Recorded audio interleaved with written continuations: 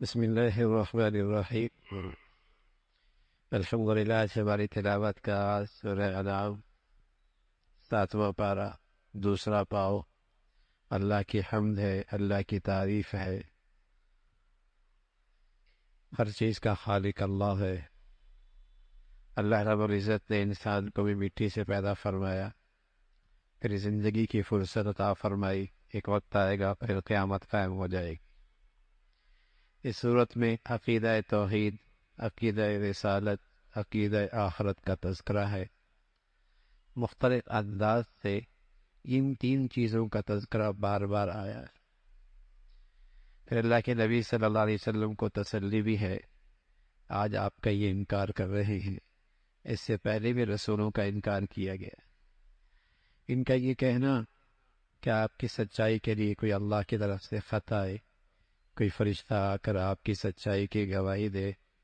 فرمایا اگر فرشتہ آ بھی گیا، وہ بھی انسانی شکل میں ہوگا، پھر یہ کہیں گے یہ کون ہے؟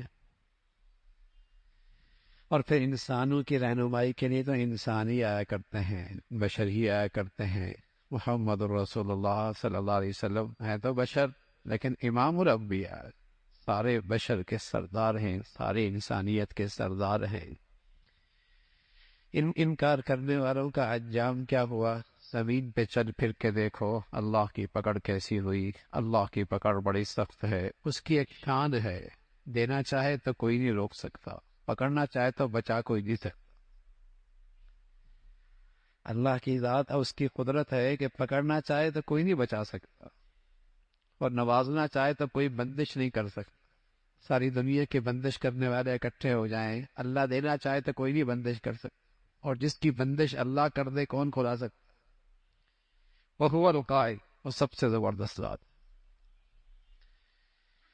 بڑا ظالم لوگ ہیں جو اللہ اور اللہ کے رسول کا انکار کرتے ہیں، قرآن مجید کا انکار کرتے ہیں۔ یہ بھی جب مصیبت میں پھنستے ہیں، کشتی جب ان کے ڈوبنے لگتی ہے، لہروں کے لہروں میں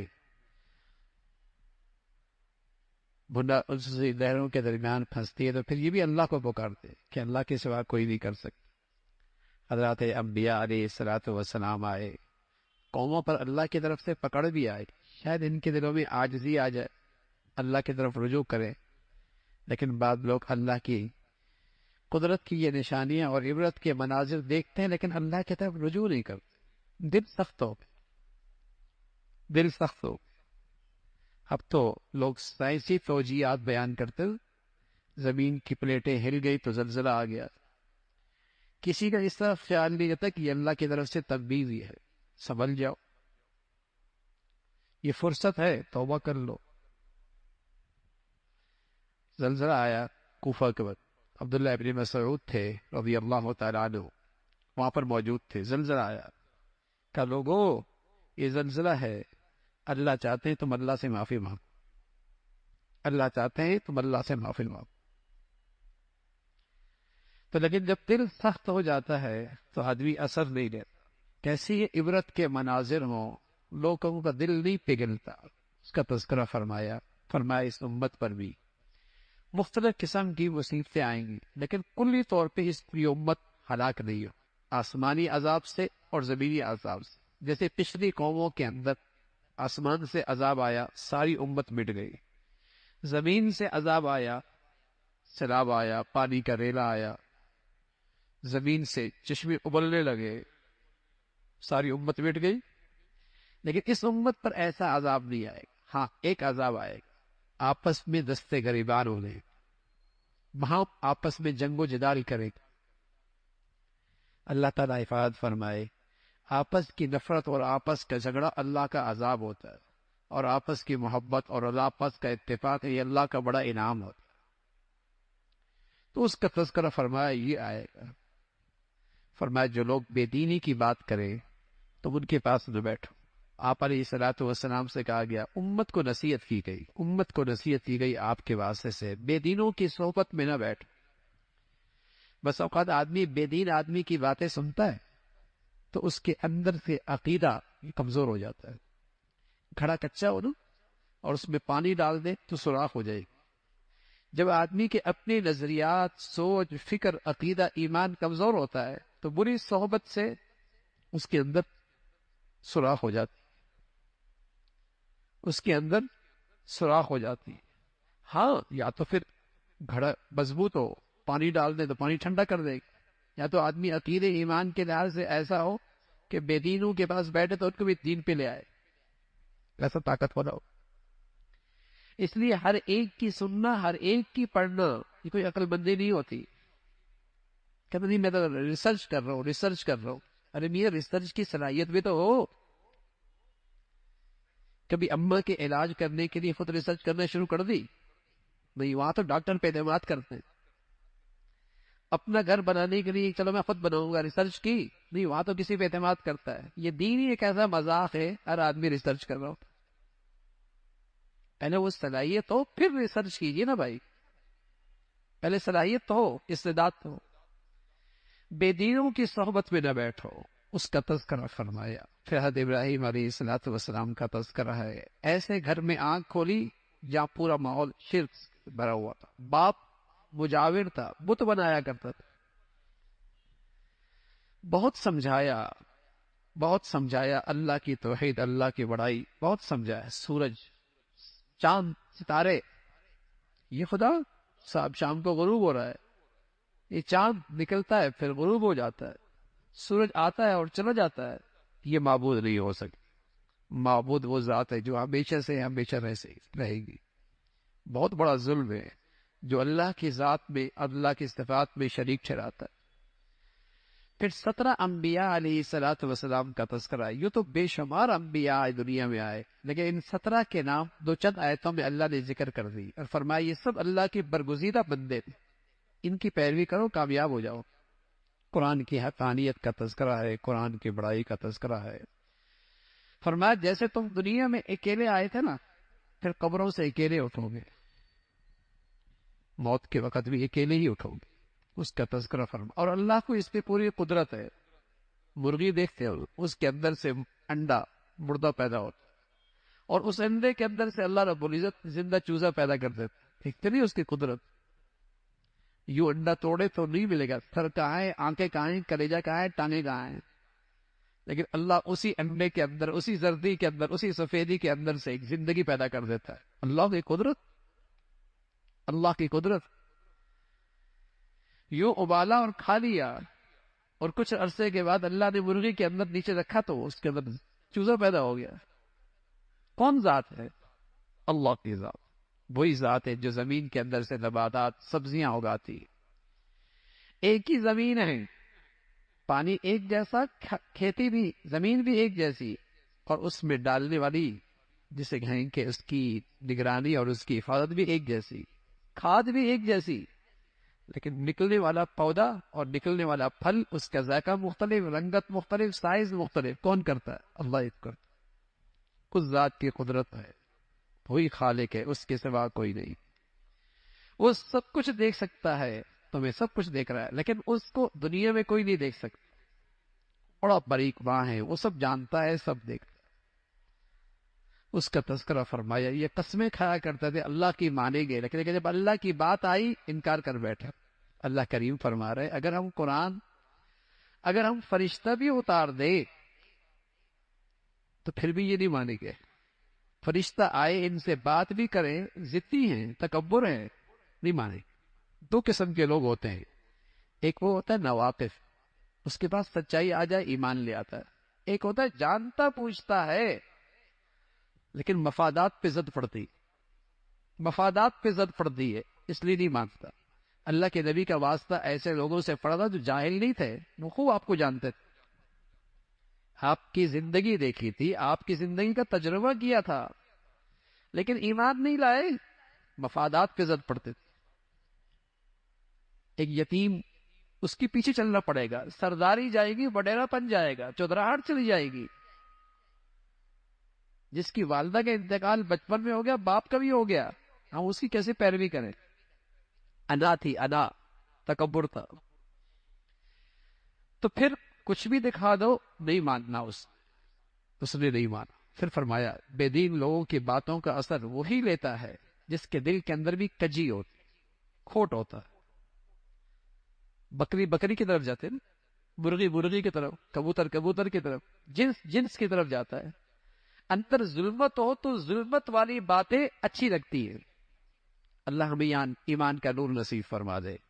پھر نورانی باتیں اچھی لگیں، پھر تقوی کی باتیں اچھی لگیں۔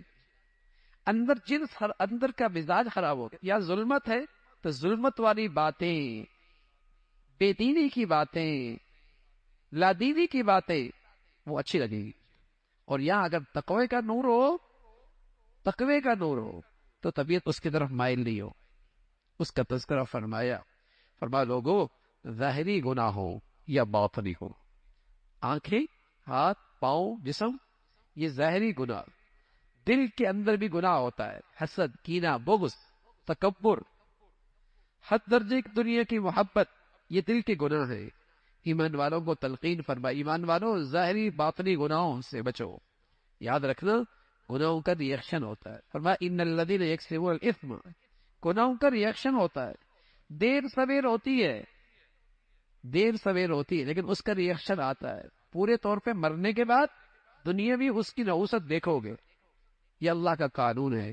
اس کا تذکرہ فرمایا جس کے لیے اللہ بھلائی چاہتے ہیں اور خیر چاہتے ہیں، اس کا سینہ اسلام کے ہر حکم کے لیے کھل جاتا ہے، یعنی اس کے لیے وہ پورے خوشی کے ساتھ اللہ کا ہر حکم قبول کرنے لگتا ہے۔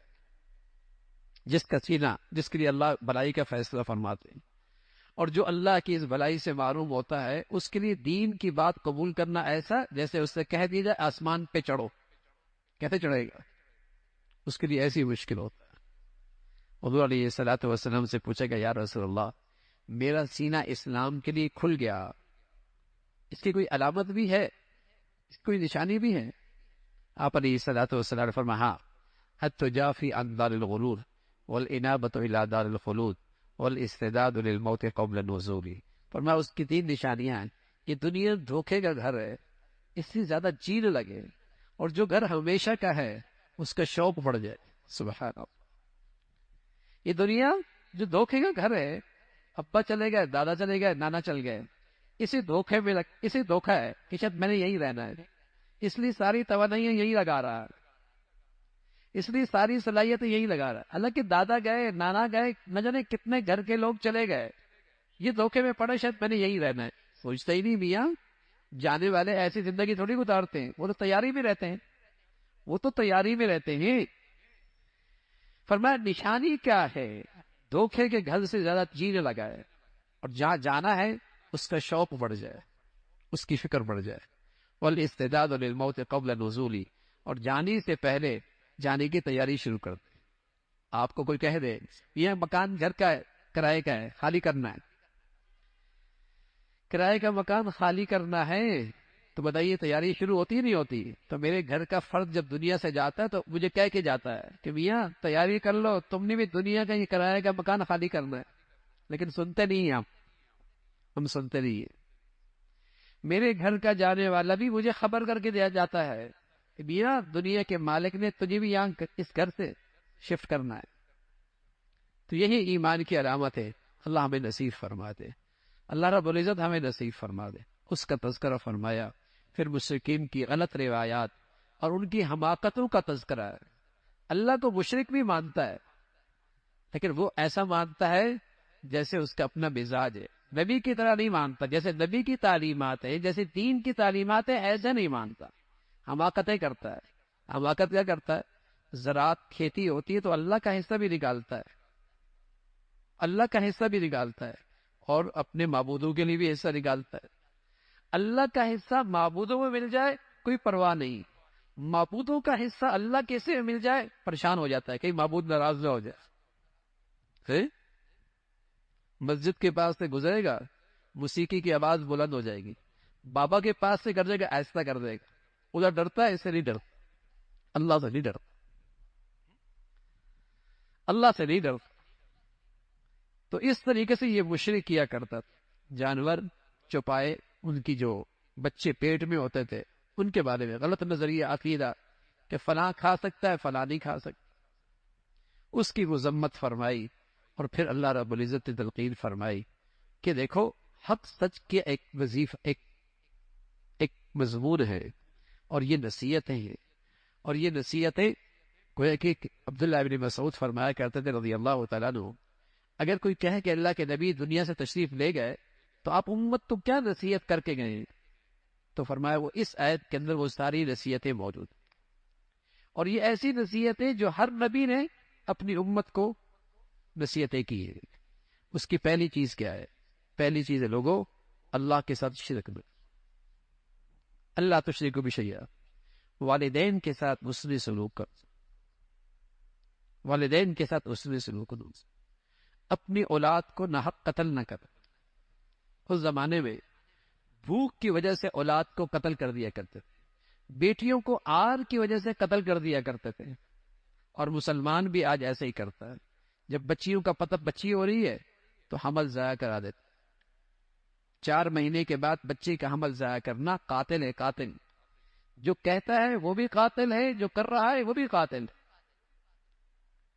وہ بھوک کے خطرے کی وجہ سے بچوں کو قتل کر دیا کرتے، فرمایا بچوں کو قتل نہ کرو۔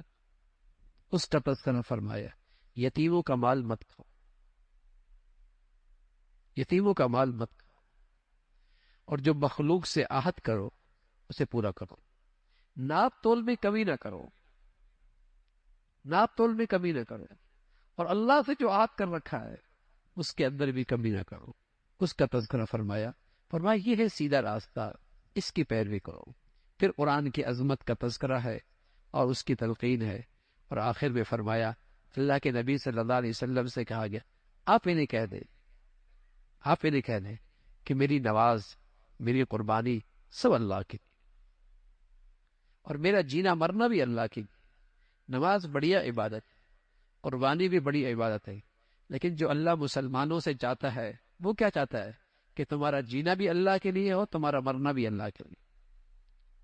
اللہ کے نبی سے کہا گیا لوگوں سے کہہ دو ان صلاتی و نسکی و محیای و مماتی للہ رب العالمین، میرا جینا مرنا خالص اللہ کے لیے، اور اس اللہ کا کوئی شریک نہیں۔ پہلے قومیں آئیں چلی گئیں، اللہ رب العزت نے تمہیں ان کی نیابت میں دنیا میں بھیجا ہے، دیکھنا چاہتا ہے تمہارے اعمال کیسے۔ ویسے تو وہ جانتا ہے، لیکن اظہار ہو جائے، اظہار ہو جائے۔ اللہ رب العزت نے تمہیں ایک مختصر سی زندگی دی ہے، اور وہ اللہ رب العزت دیکھنا چاہتے ہیں تم کیا لے کے آتے اور تمہاری زندگی کیسی ہے۔ اور یاد رکھنا اللہ بہت جلد حساب لینے والے ہیں، اس کے لیے حساب و کتاب کا نظام بنانا کوئی مشکل نہیں ہے۔